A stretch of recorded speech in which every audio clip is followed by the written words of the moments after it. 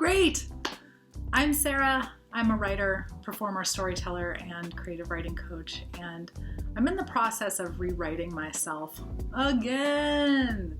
And I invite you to come check out my website, sarahelovich.com, if you're interested in rewriting yourself, especially if you're someone interested in taking your daily writing practice to the next level, maybe checking out what you write in your journal and turning it into a story. And that's what this series is about.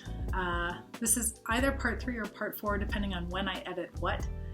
And I've been already, I put up about an 8-minute short story that I wrote and performed recently. It's still a work in progress. The last video that I did was all about tips that I have for how you could turn your journaling into a story. Today, I'm going to talk about killing your darlings, the editing process and letting things fall away, letting good things fall away.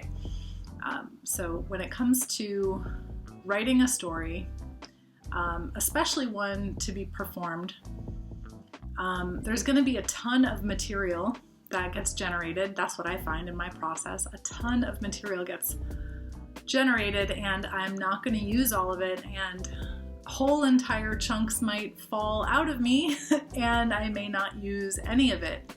And that is the case with this little bit that I'm going to read today, which I do love, but none of it made it into my story. If you haven't yet seen that story, please go check it out, and then come back here to see what didn't make it into the piece. Okay, so this was written July 22nd, so probably it was like week 3 of my exploration. I wasn't really sure what I wanted to write about, and I was also just pulling out of maybe just reaching maybe the darkest part of the journey that I was on. And I think a lot of creative people and writers can identify with going through a dark period and writing our way through it or creating our way through it. And this is kind of during and about that. 9 furry pounds pounce on my shoulder, pulling the quilt tight across my neck. The creature burrows under the bedclothes and marks his territory, mine but really his. Claws out and making kitten muffins on the fitted sheet. "Henry," I groan. His eyes go black and large as I pull the comforter over my face.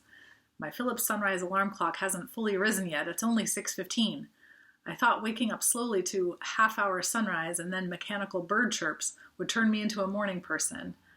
But before Henry, I just flicked the snooze button like I did with every other alarm clock I've ever had.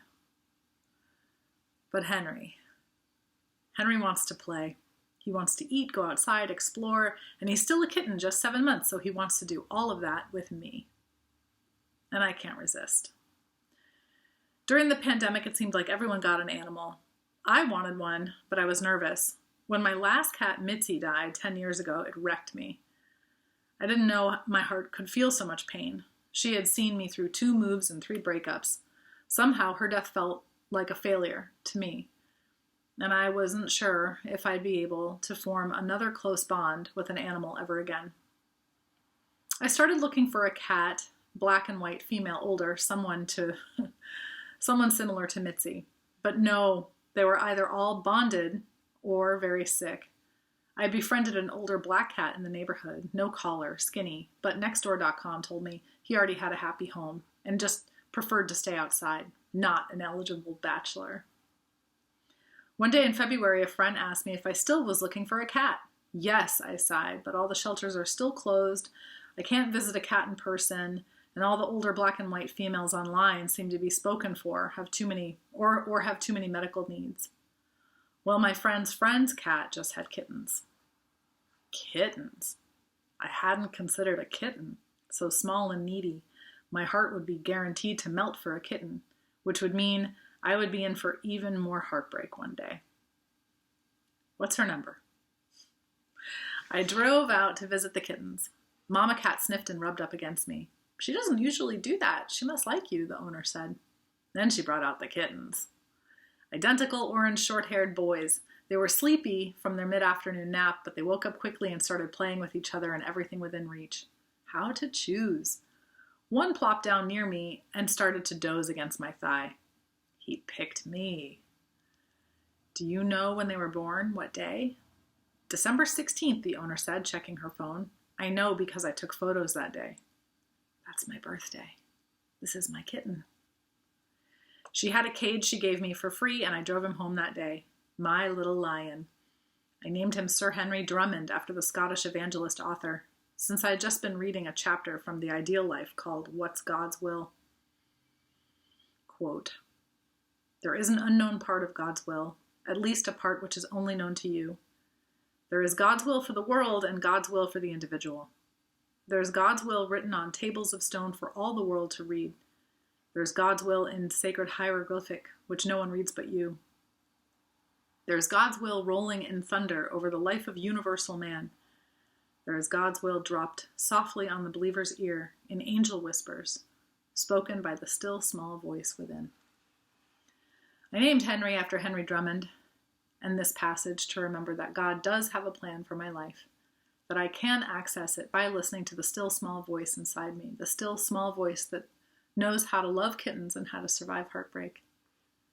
Henry wakes me up in the morning, and I happily follow his instructions. Feed me, play with me, cuddle me. Although lately he wants to go out all of the time. He jumps in and out of the window next to where I sit, where I write every day. Last week he got very sick. He must have come across something rotten outside and bitten off a chunk. He threw up a bunch and didn't eat dinner. His face got puffy and he was lethargic. When he didn't wake me up the next morning, I knew he was in real trouble. He stood with effort, woozing and swaying with nausea and weakness, and I talked to the ER vet. If he still hasn't eaten by tonight, bring him in. 12 hours waiting at the vet. He peed in the car on the way home. He was so frail and tired, he barely fought the medication. I'd only had 5 months with my little lion. I wasn't ready to let go of him. I poached chicken breast and pureed it with rice. Henry wasn't interested. He just slept. He didn't want to be held or cuddled. Cats just want to be left alone when they're sick. I can relate. I had been isolating for weeks before Henry got sick, feeling sorry for myself and oscillating between anxiety and depression. Not a common mental state for me in recent years, but my resentments had grown since my last breakup. Nothing seemed to have gone my way in 2020, and 2021 was looking like more of the same. My rotten attitude was perpetuating that reality, and my selfish, self-centered mindset was driving friends and loved ones away. So God sent a sick kitten to get me out of it.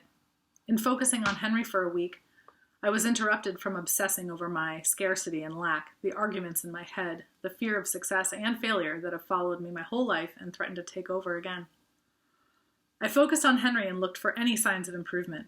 Was he interested in food? Did he stretch or purr or look out the window at the world? Finally, he took a nibble of chicken after 3 days of not eating. My own fog started to lift. The next morning I felt 9 pounds, not pouncing, but softly padding their way up the quilt. Hi, Henry love, I said, awake immediately. I lifted the quilt and he crawled inside, purring. He looked at me with his animal orange eyes and licked my nose. Good morning.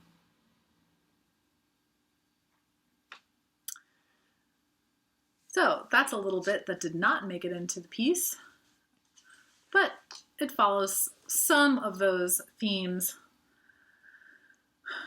conflict, inner turmoil, resurrection.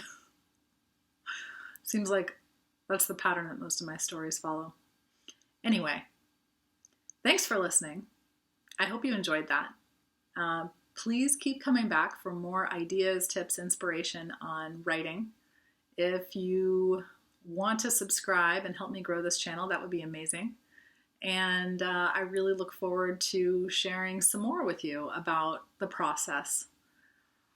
Thanks, and write on. You want to do a trick, baby? You want to do a trick? You want to show that? Okay, sit. Good, sit. Good boy. Up. Yes, good boy. Good boy. Okay, down. Up. Here. Yes.